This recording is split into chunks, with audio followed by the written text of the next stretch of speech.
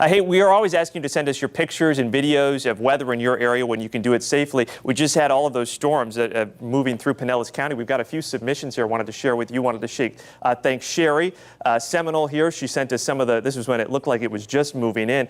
And then look at this video here that was from Susie. And if you look, it's kind of grainy, but once it starts to focus in, you can see some of the hail, it looks like, that was falling. Again, this is in St. Petersburg in the Lealman neighborhood over there. Again, we love to see these pictures and videos. You can show us what you're seeing out there with the free 10 Tampa Bay app. It is so simple. You just tap on the Near Me button on the app, and you can upload your photos and videos, and we can get them right here on air. Bringing meteorologist Tyler Moore.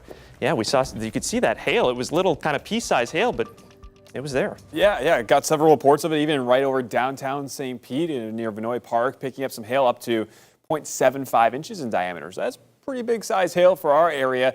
The other thing that these storms are causing is a headache out there on the roadways. I just checked a lot of the roadway maps right now, and there are backups everywhere. So definitely need to keep in mind that's going to take you a little bit longer to get where you need to go this evening. Here's a live look from downtown Tampa. You can see the dark skies, rain showers still falling up above. Everything's wet out there right now, but temperatures aren't bad, though, because of that rain-cooled air. We're sitting at 71 degrees in Tampa with that thunderstorm overhead. Feels like 71 with the breeze out of the northeast. Even out at the beach right now, rain for you guys, too, at St. Pete Beach. You can see everyone's off of it. That's a great sign. People headed inside as the storm started to roll in. But those cloudy skies are going to stay with us for the rest of this evening. You can see overall there's still a pretty good amount of rainfall across the area, mainly light as you head inland towards the coast, though, and really southern St. Pete, and now pushing towards Manatee and Sarasota County is where this cluster of showers and storms is working towards right now. And you can see still lots of lightning with it as the outflows pushing further to the south towards Anna Maria Island, the Bradenton area, Lakewood Ranch. You have a thunderstorm popping up right overhead, also towards Parrish right now, right along I-75 there in parts of Hillsborough County.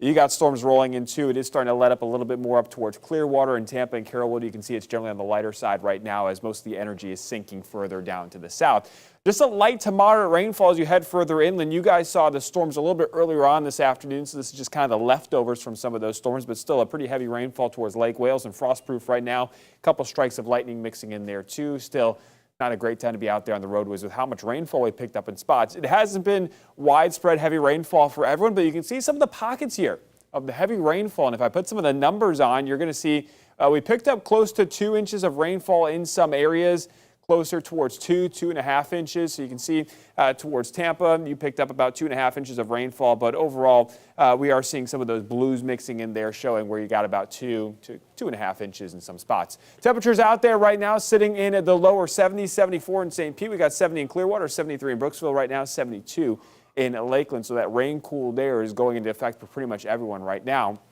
Showers and storms continue through this evening. I do think over the next hour or two, things are going to start to wind down a bit more as we fall down into the 70s.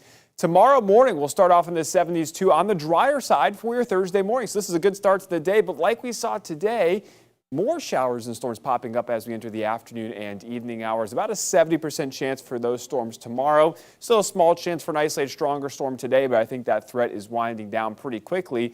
We still need more rainfall. We're still about 7 inches below average for the month in Tampa. We're going to get about another ½ inch to an inch of rainfall between now and Saturday morning, so that it is some good news that most of the state will still be picking up some much-needed rainfall over the next 24 to 48 hours. Now, once we get by Friday, look what happens to our rain chances. They really fall off Saturday into Sunday.